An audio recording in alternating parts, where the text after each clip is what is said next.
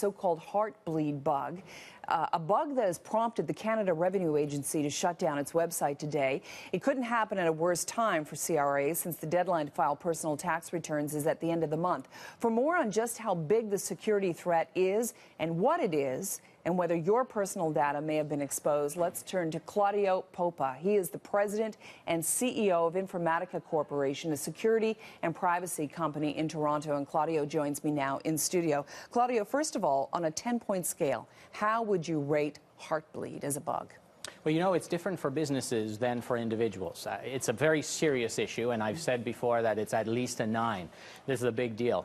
It hasn't, in recent memory, it hasn't happened, and so that's why it's taking a little bit of time for people to just realize the impact of this, because it's impacting people's data in the past, in the present, and potentially in the future. So that's a big deal. What do you mean it's affecting their data in the past, present, and future? This is a bug that was recently discovered, and it has been in existence since the end of 2011 without public exposure. We just don't know whether anyone of a malicious nature has ever taken advantage of it. Okay. We just don't know. Okay. So the data that has been exploited or exposed since 2011 or early 2012 may be out there, or it may never surface. We just don't know yet. Okay, so let me ask you how it works then, because a lot of people are calling it a virus. It's not a virus. No, it's a bug. It's a bug. So it's a glitch, in effect. It's a programming error in software, that's right. Okay. And it is very, very popular software. So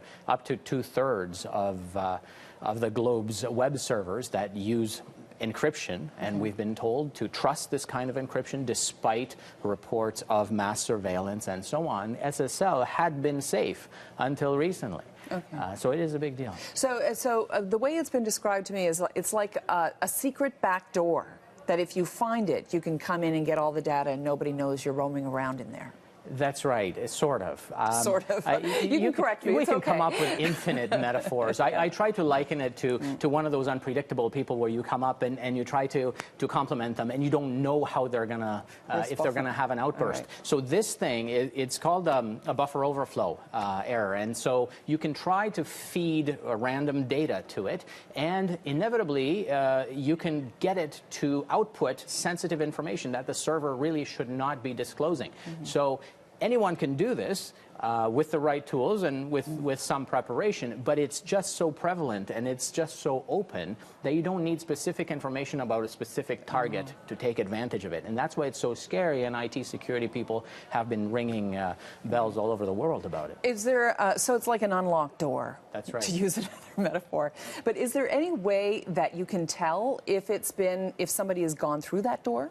Unfortunately not, and that's what makes it so significant. And so I wouldn't say it's a 9 or 10 if in fact we had ways of going backwards and checking logs and seeing whether somebody has queried the memory on servers. Unfortunately, this kind of query leaves no trace, and that's the bad thing about it. If in fact information has been disclosed in the past, we will only know about it if it surfaces. So if in fact malicious parties decide to extort money from victims, or if they decide to impact their reputation, or if they decide to embarrass companies, or if they decide to put it out there so that they can break into companies using into email systems, into websites and so on, using passwords and usernames that they've stolen in this way. That's when we'll know that it's gotten out there. But of course, the source of that information may be very, very hard to discover. And how widespread is it again? Well, it's about 66% of worldwide servers that use that kind of encryption. So it's very widespread, and everyone is affected because everyone uses SSL encryption to some degree. You can use it in email, or you can use it by accessing your banking site. And it's been around for 2 years. Why are we only just discovering it now? That's a good question.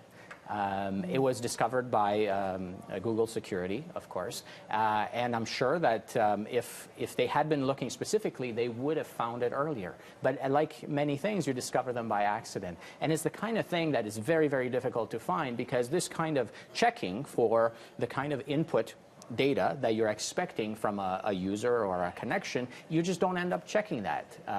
There are standards in place, And I'm sure that it's going to serve to beef up security all across the world. But for now, it's just going to serve as an example for higher levels of security awareness. All right. Claudiu Popa, Security and Privacy Risk Advisor, thanks for joining me on set in Toronto. Thanks for having me. Okay.